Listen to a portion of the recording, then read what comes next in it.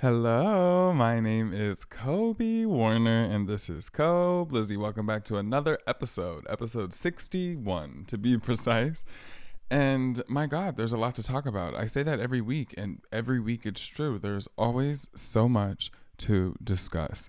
So, in this case, there is tons of music coming out. I don't know what's going on. Everybody's dropping music in the year 2024, including myself. Like it's the end. I don't know. I've mentioned this previously. There's so much, as the kids say nowadays, content coming out, as I would say, art. In some cases, some of it sounds like content.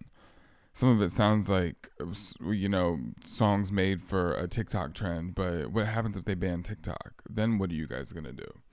Everybody's gonna have to pivot again to a new, like, music model, a new trend. I hate that everybody bandwagons, but they do no matter what. And so, like, right now, everybody's just trying to make a TikTok sound, and I don't feel like, I don't know. I enjoy TikTok as like an entertainment, funny kind of situation, but promoting music on TikTok or using TikTok as a tool to promote music is something that is really kind of, you make videos, you come up with ideas, and it's really all left up to chance in the long run.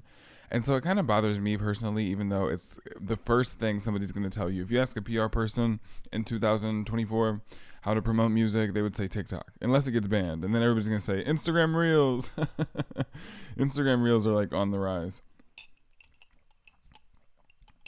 I actually did an Instagram Reels commercial last year, and it was fun. I didn't realize that it soon was going to be the only option, maybe. If TikTok doesn't sell, the Chinese lender or Chinese parent company or whatever doesn't sell to somebody that's not in China, I guess. They want them to sell so bad. Like, the US is trying to force a company to sell. But I don't understand who they're going to sell to. Like, it doesn't matter. It can be anybody or just somebody that's not in China or in Russia or whatever. I don't really understand that. If somebody want to elaborate, use the comment section if there is one. The comment function on YouTube is yours if you're a politics expert. So I really just will turn on the microphone and talk. Like, that's what I'm saying. Everybody's like, how do you talk so much? How have you gone an episode? Gone an episode is not what I was trying to say. How have you gone 60 episodes, rather, with your podcast? And I've never had a guest. I've never had a guest. How have I just done that and talked for all this time? It's because I could talk about anything. I have a whole list of notes of stuff to say, and nothing that I've said so far in this first 2 minutes, probably, that I've been recording, has been on that list. That's how I can make a podcast forever and ever. I'm a yapper. I'm a certified yapper. If there was a certificate that you could get for yapping, baby, I would have it. I would get it. I would get the yapper certification immediately. That's one word that's come out of TikTok that I enjoy. Yapping, yapper, yap. That is such a funny word, a term. I live for the yap renaissance. What I don't like is like zesty. Like, zesty is like funny, cute if it was like gay people saying it, but it's like straight men being like, oh, he's zesty, ooh, zesty, zesty. That's just a way. Just say fag. Just call me a faggot. Like, not to be not to be provocative. But I don't, that just bothers me. It's like how straight women feel when, like, a straight man calls them a bitch, or just women in general feel when straight men are like, you're a bitch, like, with aggression behind it. It's the same feel. It's like, ugh, just say what you mean. Just say I'm a misogynist. Just say that you don't like gay people. Just say what you are. Wow. See, like I said, I'm still digressing on a tangent. I will genuinely digress at this moment to get back on the tracks, get this train back on the tracks, and choo choo, and talk about the song of the week. I am so obsessed with Cowboy Carter. Like, I talked about Cowboy Carter almost entirely for my episode of KOBLIZZY, episode 60 last week. I was almost exclusively talking about Cowboy Carter the whole time. I just washed my hair. It is so wet. And I get so distracted. ADHD. The coffee is not helping because I haven't drank enough. Just loving Cowboy Carter. Like, basically what I'm gonna do is talk about all the songs I love, but I'm gonna pick one song that's the song. Pick one song that is the song of the week, and it's like my favorite. The song of the week is "Tyrant." It is just a perfect song. It's like country, trap, pop, like hybrid vibes. It has a vocal sample from Dolly Parton at the very beginning. That's what it starts out with. Cowboy Carter, strike a match and let's light up this juke joint. And then Tierra Kennedy. And let me get the credits. I want to give everybody credit. There's two black women that two of them they're also on Blackbird, with Tanner Adel and Brittany Spencer, but there are only two of them that's on Tyrant, I believe. View credits. Yes, so it doesn't say. It's Tierra Kennedy and oh shit, don't play. I'm gonna get a copyright strike from the Beatles. It's Tierra Kennedy and Raina Roberts, I think, that sing on it. I don't think it's Brittany Spencer, and it's definitely not Tanner Adel. So it's Tierra Kennedy and Brittany, or the Raina Roberts. I believe. I believe. Do you believe in life after love? I can feel something inside me say, I really don't think I'm strong enough now. Do you believe in life after love? That was kind of bad. Do you believe in life after love? I can feel something inside me say, I really don't think I'm strong enough now. Why am I singing Cher? Oh, did you guys see that performance of Cher and Jennifer Hudson at the iHeart Awards when Beyonce won the Innovator Award from Stevie Wonder the same night? Cher did Cher had a tribute done to her by Jennifer Hudson. Random. I know Jennifer Hudson's like the tribute girl, but Cher. And then Jennifer Hudson, she sounded good when she was singing by herself. And then Cher came out and Jennifer Hudson was singing with her. And Cher was like, oh, and Jennifer Hudson's like, ah! That was funny. Anyway, loving Cowboy Carter. Tyrant is the song of the mother effing week, bitch, in this hoe.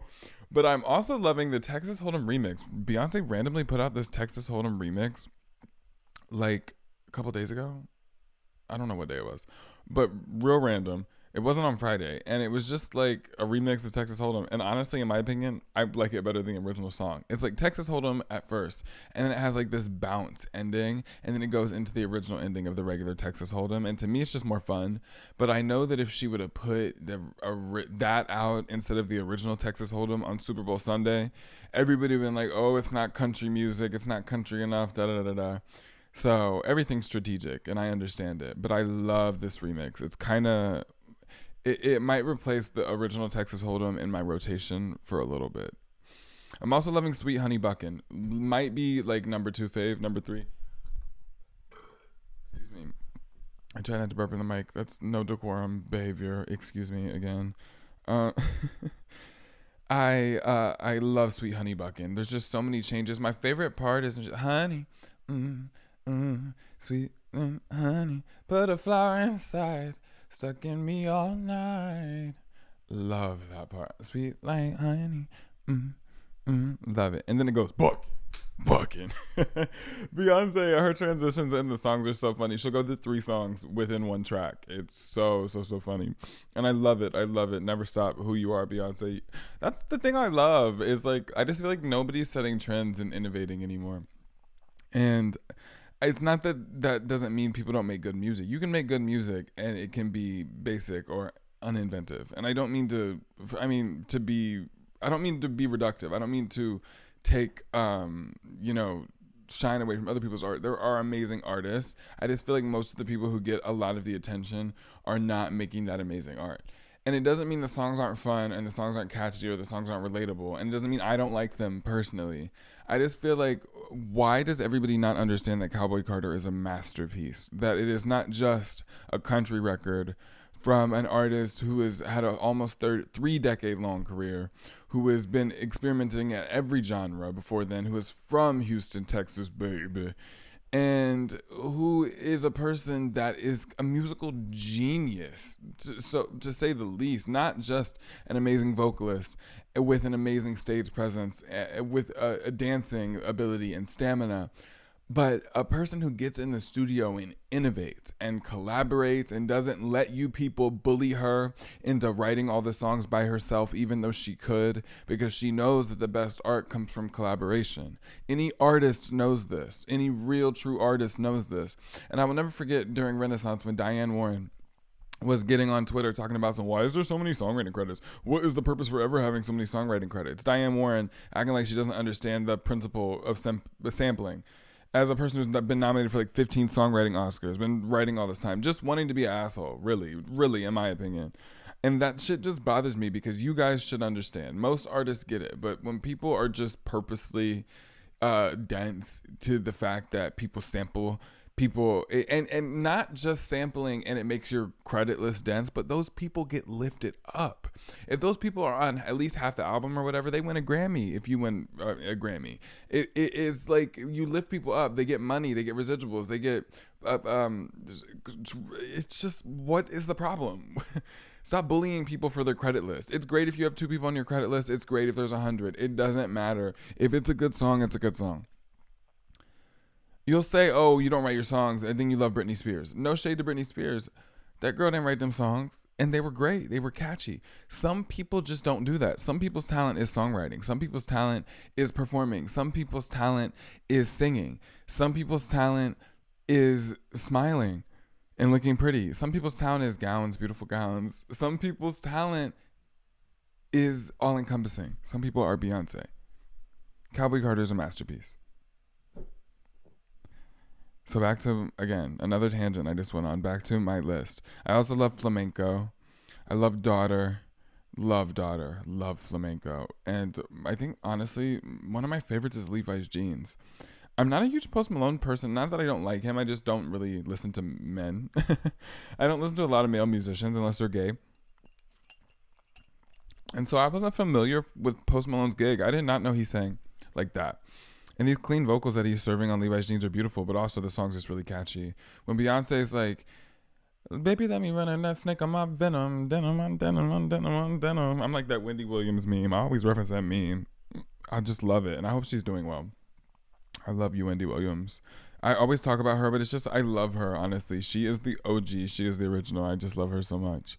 And I know that she pissed a lot of people off, and she said a lot of controversial things, but really, I mean, so did everybody else. So did all your faves before there was social media and cancel culture.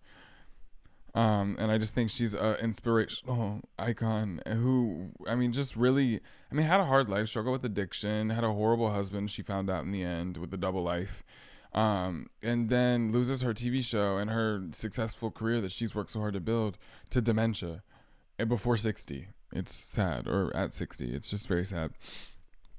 So the next thing I want to talk about is not sad. It's very positive, and it's super cool. So I attended a college in Boston that I don't talk about often, just because, like, it's not anything against the school. Some of my experiences just in life at the time were stressful to me, so that era of my life is just not something I reference often. But I attended a prestigious, really, music school in Boston, and I left early. I did not graduate or get my certificate. And I enjoyed my time there with the people I met, though, and with the music part of it. It was just some of the life stuff, you know. I was going through it personally, and I'm okay admitting that, you know, mental health kicks your ass sometimes. And it was kicking mine in 2021 and 2. Anyway, so I met some fabulous people there, is my point, at that school in Boston. And some of those people are going on to do really amazing things, like, really fast. And so Tiny Habits is a group of people that went to Berkeley, still do, and are just blowing up. They started posting, like, reels and TikToks and do, like, beautiful 3-part harmonies is how they started, you know, like covers and stuff. And then their fan base online just grew and grew and grew, and they started doing original music online. And then they put out like a voice memo single called Pennies. And then they put out Hemingway, which is my favorite because I lived on Hemingway Street in Boston. And so it's just like, oh my God, I cannot go back to Boston. I love Hemingway. And then they put out their EP. They have a song called Tiny Things. One of my other favorites is Lessons I Learned. It's funny, I don't know the title. Some Things I Learned. It's, oh my God, it's so, I love that one. So their EP is wonderful. They have a cover of Landslide on there too. That's fabulous. And as well as some other songs. And then they have a new song called Mudroom. They have a new song called Flicker, which is one of my new favorites. I love, love, love Flicker. And I'm saying all of this to say, one, if you love pretty music with beautiful voices, beautiful harmonies, vocal agility, beautiful instrumentation, listen to Tiny Habits. Number two, I had the beautiful privilege of seeing them in concert again on Tuesday, 5-6 days ago. And they were amazing. Oh my God. So this was their first headline tour. I saw them in 2023. I think it was like March, April 2023. They were opening for Gracie Abrams at this venue that I've been to so many times called the Eastern. I've seen a Drag Race tour there. I saw Renee Rapp there with my friend Lindsay. I seen Chloe Bailey there. Maybe that's it. But I've seen a couple of things there and Gracie Abrams. And Tiny Habits was their opener. And so I got to see them play like 6, 7, 8 maybe songs for Gracie Abrams. They were wonderful. Wonderful openers. They are so fantastic live, just as beautiful as they are on the record. And so sweet and such fun, personable people. Personable people. And so this was their first headline tour. And they crushed it. Their band was fabulous. And I don't know, it was just amazing to see them shine in that way, in that light. They're fabulous singers, wonderful performers, beautiful songwriters. My friend Maya has one of the prettiest voices, one of the most rich tones, one of the most soulful, the way she sings. It's the phrasing, the articulation is so soulful and so she kind of reminds me of Norah Jones a little bit, not so much in tone. Maya has her own thing in tone, but just in vibe and feeling, she just sings. But baby, them runs are like butter and they are lethal. She will cut you with them runs. She actually sang, all three of them, Senya, Maya, and Judah, sang one of their original songs at one moment in the show, each of them respectively. And Maya sang a song called Broken that I had never heard before. I guess it's unreleased. I'm not sure. But that was like, oh, you know what? If it's unreleased, I'm not going to get copywritten. Striked for playing a little clippy poo for you. So I'm going to play just a tiny little bit. I mean, Maya's just so fabulous. So you can get a vibe for what I'm talking about. Why do you have to leave your words so open?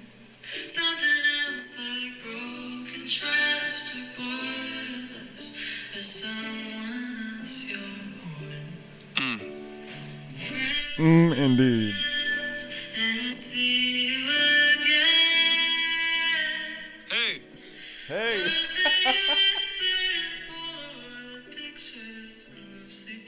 It makes me want to cry.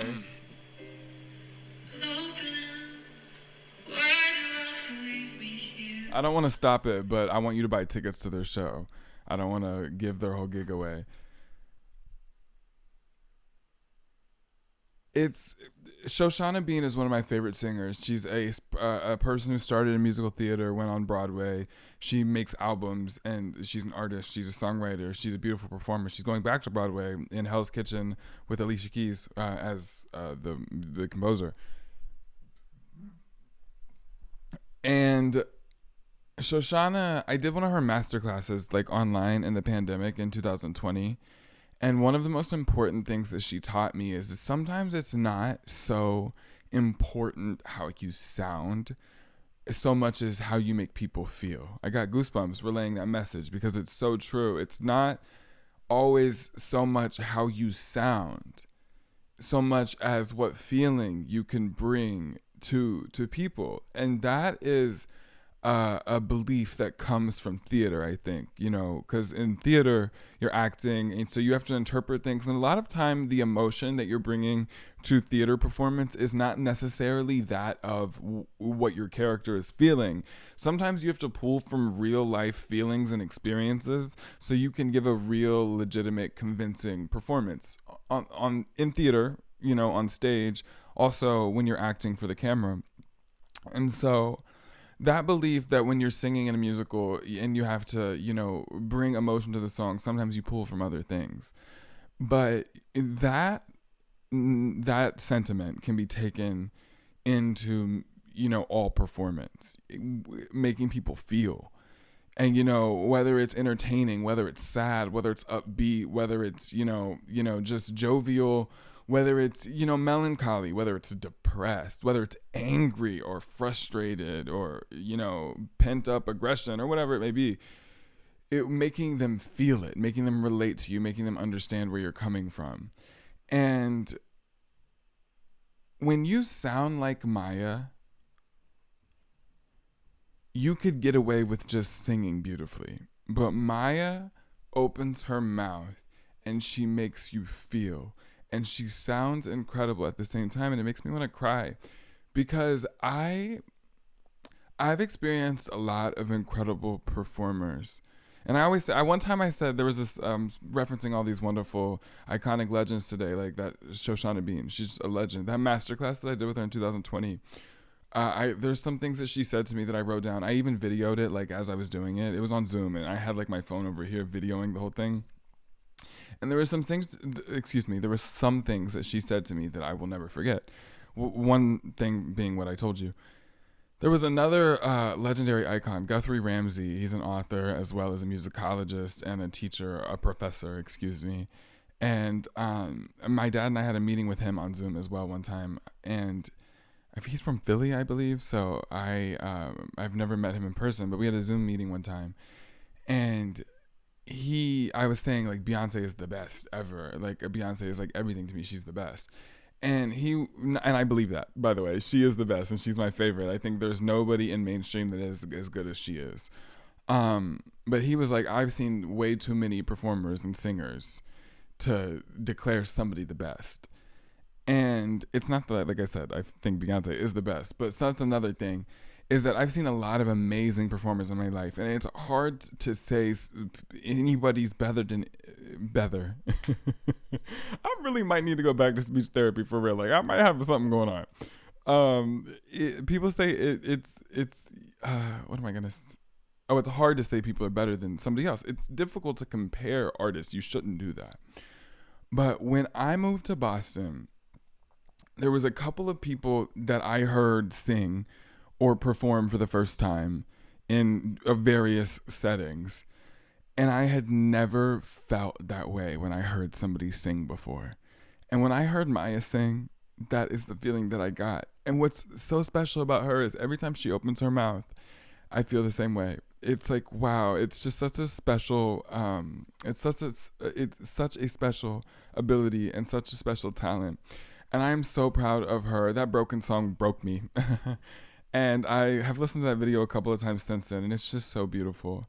And Tiny Habits, they are so talented. And I'm very, very, very proud of them. And I really think they are gonna, like, blow up in the next couple of years on a scale that they might not be able to fathom at this point. And that is so exciting. And I'm so excited to see what they do. And I will always buy every CD when their debut album comes out, I will be there. And I will purchase it and I will support it and I will love it and I will learn the words. By the way, Flicker, like I said, one of their new singles. They also have a new song called I Don't Have the Heart, came out with Flicker. Flicker is my favorite. It's so amazing. I also love Hemingway, like I said, one of their first singles. That one is really personal to me, hits close to home.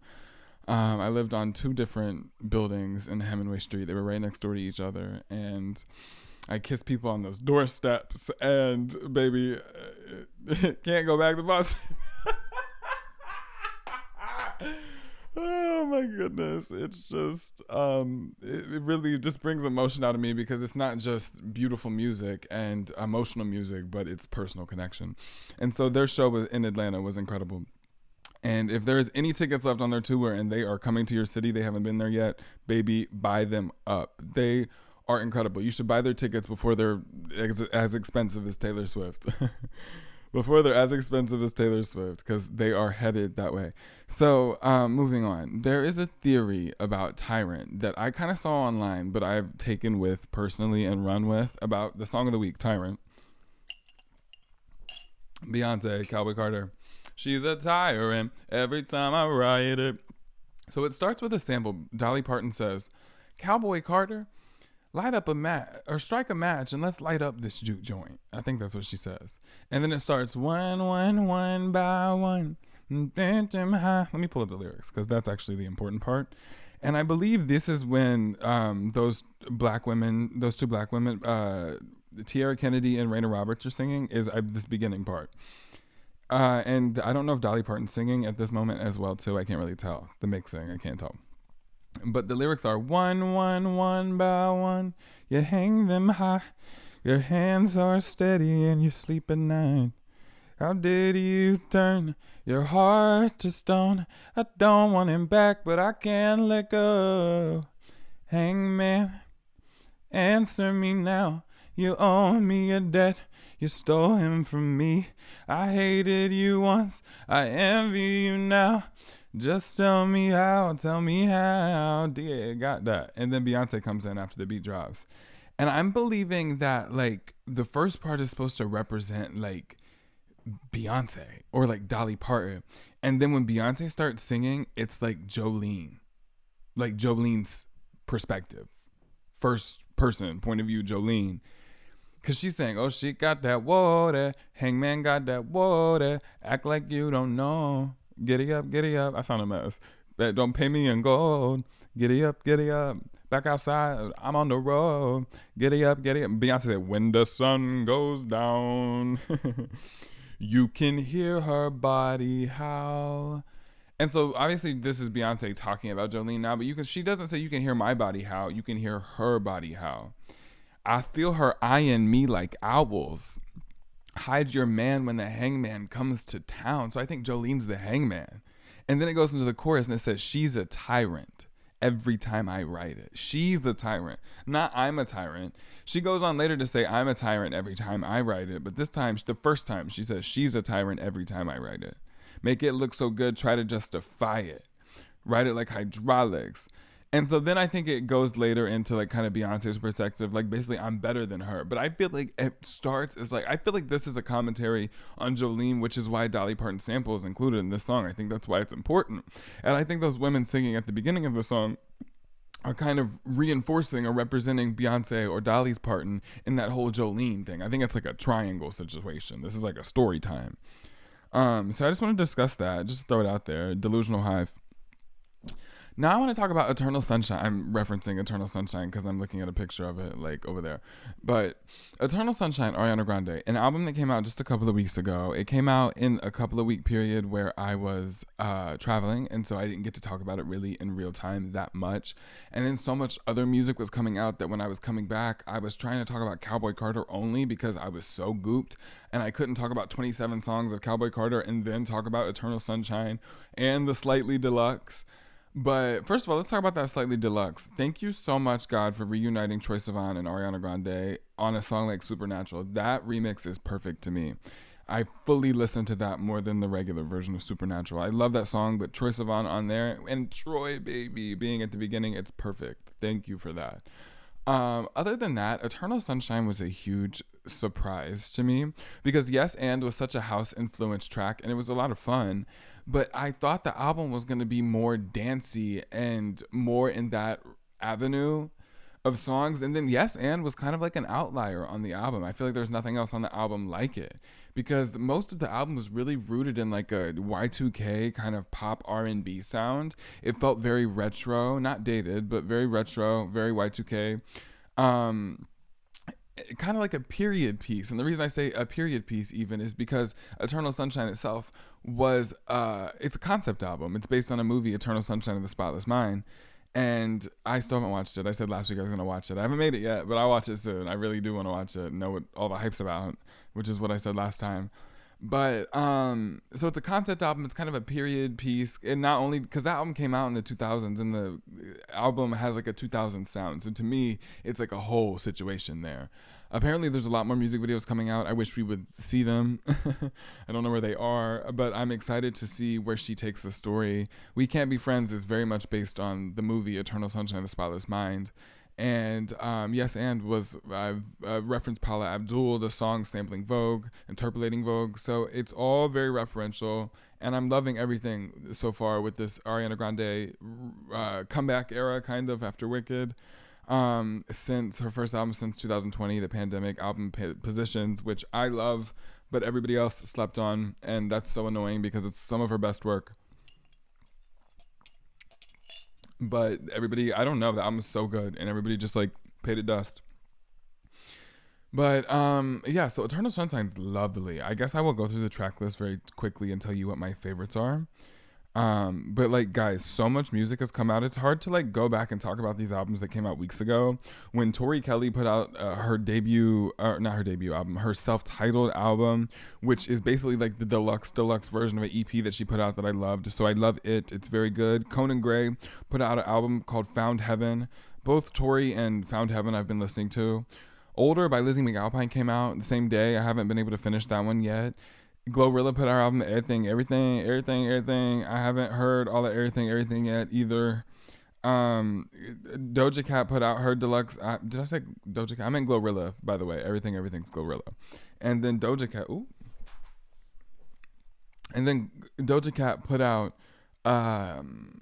Scarlet 2 Claude, which is just the deluxe version of Scarlet. And oh my god, the deluxe tracks are really good. So I'm like, there's just so much music to digest right now. But yes, I will go back and talk about Eternal Sunshine because I'm kind of like a no stone left unturned kind of girl. I don't like to miss stuff. And so this album is so good, I have to talk. Bye is the second track after the intro. The intro is, by the way, a perfect intro, but I'm just not going to discuss it because it's the intro. It's great intro though. It's track number 2, Bye, love it. Track number, it's like a dance track. Boy, bye, over, it's over again. Track number 3, Don't Want to Break Up Again. I love it. It's so 2000s. One of my favorites, top 3. Eternal Sunshine is track number 5, skipping the interlude. I really like Eternal Sunshine, top 5. I love it. Supernatural. The Troye Sivan version's number 1, literally top 1. Love the Supernatural Troye Sivan remix. Number 7 is True Story. That's number 2. So I guess Don't Want to Break Up Again's number 3. True Story is number 2, and Supernatural featuring Troye Sivan number 1. Because True Story is such a good song. It's so R&B inspired, kind of very heavy hitting bass, a Led Zeppelin interpolation, drum beat. Loving it. Love True Story. That's one that's been on repeat since album release. Number 8, The Boy Is Mine. Super controversial, super talked about. A good song. I think the song is good. I think people are too invested in stories that they only know half of. It's like some people sign up for reality television shows. If you want to speculate about people's relationships and their affairs, watch Vanderpump Rules. You know what I mean? Like, get on there and talk about Scandival and talk about Ariana and Tom because they signed up for that, and that's their job, is to get their life scrutinized. But Ariana Grande is not on a reality show. She just makes music and sings. And so I think some of the tabloid takedowns that they try to stage sometimes are really kind of weird because I just don't understand why they don't understand those people just want to be people. I think there's plenty to talk about and promote and controversy to discuss without like inflating things that are not all the way true or factualized. Do you know what I mean? And I know that's just what the media runs on, but it's just weird to me. That always has been a weird concept. Number 9, Yes and. Love it. It's a single. I love it. Everybody talked about the Mariah Carey remix and the mixing, but I love the remix too. I think Mariah Carey, she might have been better suited on a different song on this album, but I think she did a good job on Yes and I think that should be acknowledged. She did a good job. I think she would have been like amazing on True Story. Or amazing on Don't Want to Break Up Again. She could have been all head voicey on Don't Break Up Again. She could have like belted a little lower on True Story, a little more full voice chest. But she's good. She was good on Yes and. She did the best she could. And she wrote her verse. She did all the layers and stacks herself. And Ariana Grande wanted them to be super loud, and that's why they were. And everybody's like, why is she so loud? She's yelling. Because Ariana Grande wanted the legend Mariah Carey to be heard, and I understand. We Can't Be Friends. It's the single. It's a banger. I Wish I Hated You. I like this one. It's just not love, and so I like it. Imperfect for You, track number 12, my favorite number, and in true 12 fashion, I love Imperfect for You. Her SNL performance of this song was lovely. She sounded lovely. Track number 13, Ordinary Things, the only song I don't really get. I don't really understand why she says ordinary like that. Like she says I can't even do, I don't know how she, ordinary things when it just takes me out. I can't really, I can't really follow it. But I love that Nona's on that song. Really, the only feature on the original edition, and then Troye Sivan and Mariah Carey are on the deluxe edition on Supernatural and Yes and respectively, as well as an acoustic version of Imperfect for You, which I take favor to. I think that's a nice version, and an a cappella version of True Story. So this deluxe version is labeled slightly deluxe. I think that means we can anticipate a real deluxe version too with new songs, and that I look forward to. I hope she puts Fantasize on it and settles it once and for all. Give us a studio version, and so everybody will stop listening to the leak on YouTube, please. What's next, you guys? So I said I was going to talk about Deeper Well last week. You guys, so much music is coming out. I've already said that, so I just can't discuss everything, and I have not given Deeper Well the comprehensive listen it deserves for me to talk about it yet. So I hope you can understand. I love the lead single, Deeper Well. I love it. I love it. I love it. But the whole album, I just haven't listened to it enough to go track by track and give real thoughts. And I don't want to, just slide past it. It's a good album. And I honestly, she reduced it to $5 on iTunes. So I bought it. I was like, let me buy it and give this girl a sell. I want her to do well. Casey Musgraves stuck her neck out in country about 10 years ago for gay folks and for people who smoke weed, and it got her blackballed. And so I just feel like I will support her. I really, really like her. And so, like I said, I want to give her album a fair shake. And so I just need to listen to it more. Speaking of Casey Musgraves, though, and Tiny Habits, she went to their Nashville show, she being Casey and they, Tiny Habits, and she posted a video on her story, which was cool. But they made a TikTok together, or like a reel together, covering Too Good to Be True from her new album.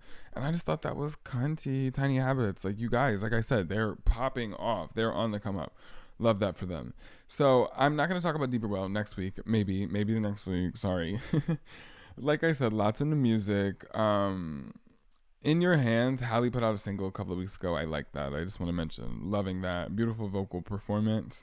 Like I said, love the deluxe version of Scarlet with Doja.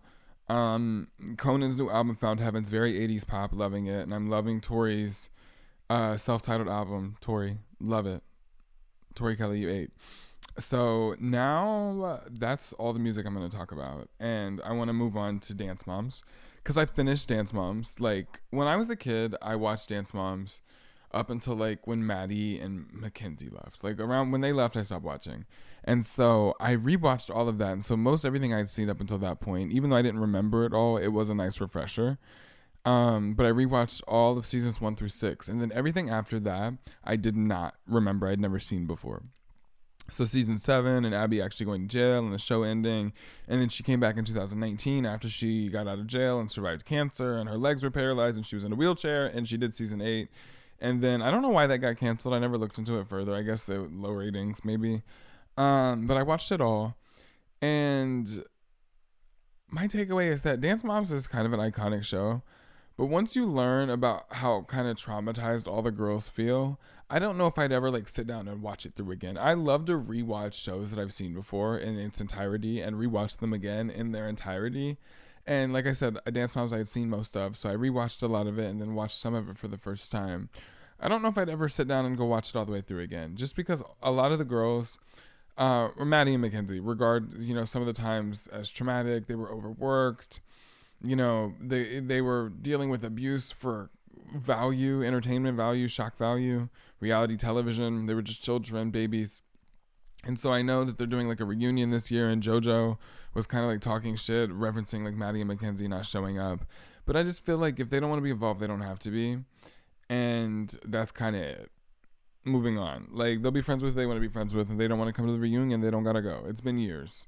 Nobody's requiring them. If they were required to show up, they would have been there. Obviously, there was no contract obligating them to be there, and so I don't know why you think they had to be there. If they had a choice, they can make a choice, and you can respect their decision, in my opinion. So yeah, like I said, like I like to watch like compilation crazy moments on YouTube or like dance highlights, but I don't know if I'd ever go back and watch the whole thing again. Just because it is like you once you start watching it with like not oh haha funny reality TV eyes, but oh this is like think about how these kids were feeling in real life, it becomes a little less funny. Now I do want to say I've been watching Abby's Ultimate Dance Competition, which is one of the spin-offs that Abby Lee Miller got within the time the Dance Moms was in syndication, and I've never seen it before. And there's 2 seasons. I am 2 episodes away from finishing season 1, and then I'll watch season 2. So far, I'm loving it. It's like a competition show where these kids, 13 and under, a bunch of girls and one boy, compete to be Abby's next ultimate dancer, and they get a scholarship and some money. And it's a fun show. I think Abby Lee Miller's pretty nice on it. There's much less contact with her, so it's really there's other judges. Lady Gaga, Ricky Johnson, I think his name is Lady Gaga's like one of artistic director and choreographer from back in the day. I don't know if they still work together. I hope so. And the lady who gosh choreographed and founded the Pussycat Dolls, and she will never stop saying that Pussycat, Pussycat, Pussycat. I've heard the word Pussycat more times since I've been watching Abby's Ultimate Dance Company. Since what am I even trying to say? I've heard the word Pussycat more times in my life since I've been watching Abby's Ultimate Dance Company than ever before. That's what I'm trying to say. Jesus, that was hard to get out. So yeah, that lady's kind of aggravating. But other than that, it's a cute show. I think my favorite spinoff that Abby Miller had was not Dance Moms. That wasn't a spinoff. But my favorite show that she was on was not Dance Moms. It was not Abby's Ultimate Dance Competition. It's a show that I've only seen 1 episode of so far, but I will definitely continue watching. I watched an episode this morning just for the purposes of seeing 1 episode of every single one of her shows to talk about it today. Abby's Studio Rescue. She goes and she makes over studios and like helps the teachers if they have problems. And I watched the first episode today and it was so heartwarming and so endearing, and she was so kind and constructive. And I just feel like Dance Moms, they could have shown more happy moments. All the moms say there was a lot of happy moments you never see. Abby says that herself. And I just feel like Dance Moms didn't need to be so drama heavy all the time. I feel like the producers really overshot how much people love drama. Like, it's good, it's fun, but in the end, all that constant drama is what wore the show out.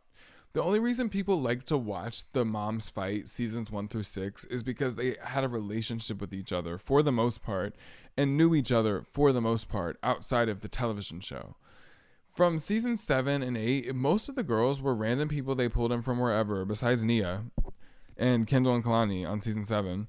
And I don't think that the fighting was just draining, because you could tell they didn't know each other. You could tell they were just fighting for the cameras, and that was it. And that's not what entertained the people. It was watching people that had relationships. The fact that Abby and Kelly had known each other for 40 years and they were fighting and slapping each other was entertaining. Not that it's right, but the history is what brought them to that moment. Watching 2 random people slap each other, it's like, well, what got us here? I don't know these people. They don't know each other. It's just not. I think that's why the show, I think ultimately why the ratings dwindled. I'm not saying they couldn't have continued with the format. They could have. It was just the early seasons had soul to them, as well as funny entertainment and fighting. And the older seasons don't have as much soul. I think that's just ultimately what it comes down to. And like I said, my favorite show of all of Abby Lee Miller's television shows is her Studio Rescue. It's also the shortest, might I add. Dance Competition got 2 seasons, and Studio Rescue only got 1 season, 7 episodes. And it should have got more, but it was very expensive, I imagine, to renovate all those studios, and most of it was donation based, so it was probably hard to fund. But it was so heartwarming to watch the first episode, so I'll definitely continue with the other 6 episodes, and I will watch the second season of Dance Competition after I finish the first season of Abby's Ultimate Dance Competition, and then that's kind of it. Like, moving on, that's life, you know. It's just, I don't know. I don't think there's any more rewatch value there for me. And like I said, I love to rewatch stuff, but I just wanted to give you a Dance Moms update after all of that music talk. And baby, if you're not mediated out, I am. I've talked about so much media today, so much media consumption. The last thing I want to talk about is what relaxes me at the end of the day after a long day at night. I love ASMR now. I love ASMR. I will get on YouTube and I will look up some cute guy going, and I will fall my ass asleep in 5 seconds. And so I just wanted to bring them up. And so when I have my favorite little ASMR guys that I watch, I call them my ASMR boyfriends in my head. And so I have a couple ASMR boyfriends, and I'll play them, and I'll fall asleep. And then I'll set it up on autoplay where it'll play like a rainfall ASMR or like rainfall sleep noises after the, video. And so, yeah, I sleep so good. ASMR. So that's a key, guys. If you're not sleeping well, try out some like rainfall sounds or like white noise or brown noise or pink noise or like mouse sounds or like scratching stuff or like when people like do hairbrushes on wigs up against a microphone, that sounds really nice. Or like the foam sounds pretty cool. All of that stuff really helps me sleep. So yeah, ASMR. I'm promoting ASMR. Maybe I should start making ASMR. Could you imagine? I just really enjoy consuming that now. That's something that I will like put on to like relax at the like bedtime. And I love like white noise machines. I have like a physical white noise machine over there by my bed that my friend George's mom, Miss Jody, like showed me. She let me use one at her house one time, and so then I got my own. And so I love that, and I'll do that at the same time as the rain sounds. Like I need a lot of very quiet, nonsensical stimulation just to drown out like the noise. There's like dogs barking and like birds chirping, and that's cute, but like I'm trying to sleep. So anyway, ASMR, that's just a random thing I put on my bullet point list to talk about. I've just been listening to that recently. Also, I'm really loving these Unreal coconut chocolate candies. They're vegan, gluten-free, and they're like Mounds dupes. A Mounds dupe. And they're from Costco. They are so good. So loving these. Favorite. I want to thank you so much for watching or listening to episode 61 of KOBLIZZY. It has been my distinct pleasure to sit here and discuss all things Cowboy Carter, Eternal Sunshine, other things with you. I forgot what I even talked about for real. Dance Moms. That's so funny. How can you talk for an hour and then not remember a thing you said? But it was a good time nonetheless. Thank you so much for listening or watching. Like I said, if you're on YouTube, like it, leave me a comment. If you're listening on Spotify or Apple Podcasts, give me some stars. And it better be all of them, please. And thank you. Respectfully and politely. Don't give me less stars because I was just demanding. I didn't mean it. Sorry. I didn't mean it. Are any of you watching Drag Race? It's almost over. The semifinals, they've never used that term before, but the top three, we have that now. And there's like a Lollapalooza next week for the eliminated girls. And then we have the finale after that, I assume. So who's watching? I might talk about it next week. So catch up so we can discuss it together. We can have a key. Thank you so much for watching or listening once again. Like I said, I think I've said it 3 times now, but I really, really mean it, obviously, or I wouldn't say it.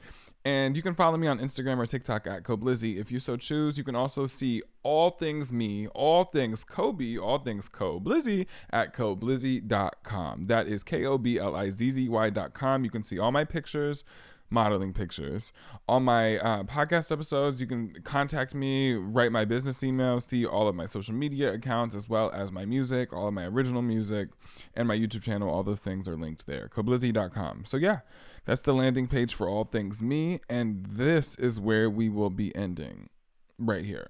But I'll be back, don't worry. I know you're going to go through withdrawals without me. I'm like a drug. I know you're going to miss me, but baby, next Tuesday, I'll probably post the episode late, but I'll be here. That's one thing about me. I'm usually late, but you can always count on me showing up at some point. Probably late though. Bye.